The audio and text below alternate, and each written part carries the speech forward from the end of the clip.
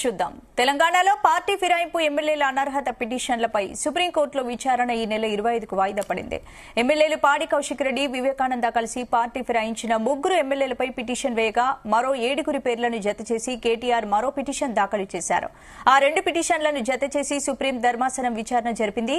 ఇప్పటికే పలుమార్లు విచారించిన అత్యున్నత ధర్మాసనం గత విచారణలో పార్టీ మారిన ఎమ్మెల్యేలపై ఎప్పటిలోగా నిర్ణయం తీసుకుంటారో చెప్పాలని శాసనసభ కార్యదర్శిని ప్రశ్నించింది. రీజనబుల్ టైం అంటే ఏంటి?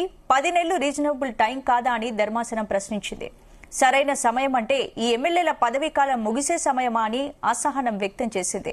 స్పీకర్ సమయం నిర్దేశించకుంటే తామే నిర్ణయం తీసుకోవాల్సి ఉంటుందని కూడా స్పష్టం చేసింది. ఈ క్రమంలో ఈ అంశంపై సుప్రీంకోర్టు విచారణ కీలకంగా మారింది. గత విచారణలో స్పీకర్ తరపున ప్రముఖ న్యాయవాది ముకుల్ రోహత్ కి వాదనలు వినిపించగా బీఆర్ఎస్ పార్టీ తరపున ఆర్యం నామసుందరం వాదనలు వినిపించారు. తాజాగా మరోసారి కేసు వాయిదా పడింది.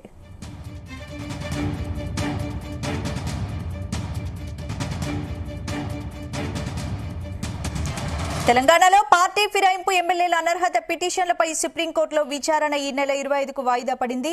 ఇందుకు సంబంధించిన పూర్తి అప్డేట్స్ మా బ్యూరో చీఫ్ నరేందర్ అందిస్తారు. నరేందర్, రైట్ స్పందన, ఎంతో ఆతృతగా ఎదురు చూసినటువంటి సుప్రీంకోర్టులో పార్టీ ఫిరాయింపులకు సంబంధించినటువంటి విచారణ సంబంధించి మళ్ళీ 20వ తేదీకి వాయిదా పడినట్టుగా మనకు లేటెస్ట్ ఇన్ఫర్మేషన్ అందుతోంది.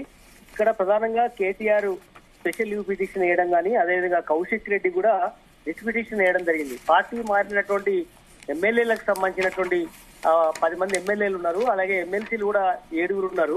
అయితే ప్రధానంగా ఎమ్మెల్యేల ఫిరాయింపులకు సంబంధించినటువంటి అంశం మీదనే ప్రధానంగా సీరియస్ గా ఫైట్ చేస్తుంది బీఆర్ఎస్ పార్టీ. లీగల్ టీం ఇప్పటికే హైకోర్టులో కూడా చాలా గట్టిగా ఫైట్ చేసింది. అయితే హైకోర్టులో చాలా డిలే అవుతున్నటువంటి నేపథ్యంలో సుప్రీంకోర్టుకు వెళ్లారు. సుప్రీంకోర్టులో ఇప్పటికే పలుసార్లు వాయిదా పడిన నేపథ్యంలో పార్టీ ఫిరాయింపులకు సంబంధించినటువంటి పాల్పడినటువంటి 10 మంది, దాంట్లో దాన నాగేందర్ మెయిన్ అక్యూజ్డ్ గా చేసినటువంటి పరిస్థితి. అదే సమయంలో కడియం శ్రీహరి గాని, తెల్ల వెంకట్రావు కావచ్చు, ఇట్లా సిటీలో ఉన్నటువంటి గాంధీ, ఇట్లా దాదాపు 10 మంది ఎమ్మెల్యేలు పార్టీ ఫిరాయించినటువంటి పరిస్థితి మనం చూసాం. దాదాపు 11 నెలలుగా వస్తుంది వాళ్ళు.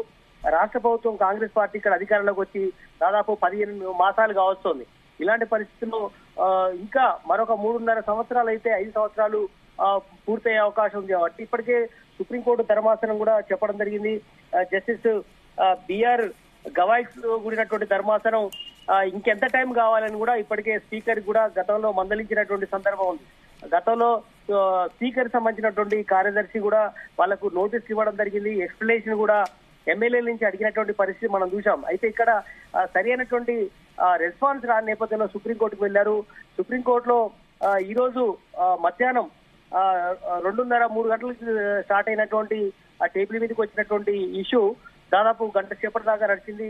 దీంట్లో ప్రధానంగా బీఆర్ఎస్ తరపు నుంచి సుందరం దీనికి సంబంధించినటువంటి వాదనలు వినిపించినటువంటి పరిస్థితి ఉంది. అదేవిధంగా స్పీకర్ సంబంధించినటువంటి అడ్వకేట్ ముకుల్ రోహిత్ కూడా దీనికి సంబంధించినటువంటి విషయం మీద మాట్లాడడం జరిగింది. ప్రధానంగా ఎమ్మెల్యేలు ఎవరైతే పార్టీ మారారో వాళ్ళ మీద చర్యలు తీసుకోవాల్సిన అవసరం ఉందని కూడా బీఆర్ఎస్ లీగల్ టీం ఇప్పటికే చెప్తూ వస్తుంది.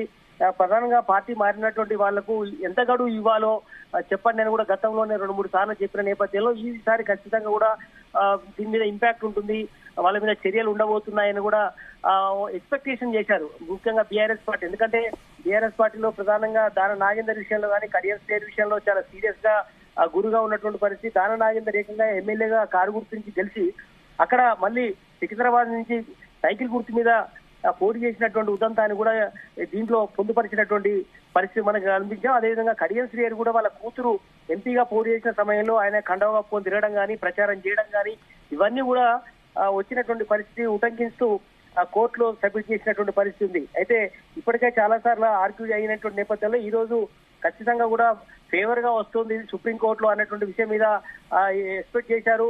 ఇప్పటికే కొంతమంది బీఆర్ఎస్ లీగల్ టీం సభ్యులు వాళ్ళు కూడా ఇప్పటికే అక్కడ సుప్రీంకోర్టు దగ్గర ఢిల్లీలో వెయిట్ చేస్తున్నటువంటి పరిస్థితి ఉంది.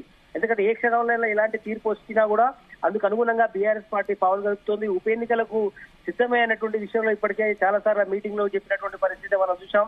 ఎందుకంటే ఖచ్చితంగా ఉప ఎన్నికలు రాబోతున్నాయి. ఆ ఉప ఎన్నికల స్థానంలో ఖచ్చితంగా మళ్ళీ అభ్యర్థులు తయారవుతున్నారు. వాళ్ళు ఖచ్చితంగా మేమే గెలుచుకుంటామన్నటువంటి విషయాన్ని ఆత్మవిశ్వాసంతో బీఆర్ఎస్ పార్టీ చెప్తూ వస్తోంది. ఎందుకంటే దానికన్నా ఉదాహరణలు కూడా కొన్ని ఉన్నాయి. ఎందుకంటే ఇప్పటికే మహారాష్ట్రలో కూడా ఇలాంటి కేసు ఒకటి నమోదైంది. దీనికి సంబంధించినటువంటి పాజిటివ్ రెస్పాన్స్ వచ్చిన నేపథ్యంలోనే బీఆర్ఎస్ లో ఈ దూకుడు కారణమైంది. అదేవిధంగా మణిపూర్ లో కూడా డిస్క్వాలిఫై చేసినటువంటి ఉదంతాన్ని కూడా అడ్వకేట్స్ ఇప్పటికే సుప్రీంకోర్టు తలుపు తట్టి ఈ విషయం మీద ఆర్గ్యూ చేస్తున్నటువంటి పరిస్థితి కనిపించాం.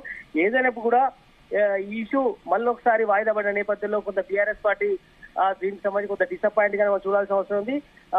ఎమ్మెల్యేలు మాత్రం కొంత రిలీఫ్ అయినటువంటి పరిస్థితి కనిపిస్తుంది. ఏదైనప్పుడు కూడా మళ్ళీ 20వ తారీఖు నాడు మళ్ళీ ఆర్గ్యుమెంట్ చేసే అవకాశం ఉంటుంది. ఇప్పుడు ముకుల్ రోహిత్ కావచ్చు స్పీకర్ తరఫున, అదేవిధంగా జస్టిస్ బిఆర్ గవాయ్ కూడినటువంటి ధర్మాసనం ఖచ్చితంగా దీని మీద మళ్ళీ మళ్ళాంటి తదుపరి తీర్పు వెలువడే అవకాశం అయితే కనిపిస్తోంది.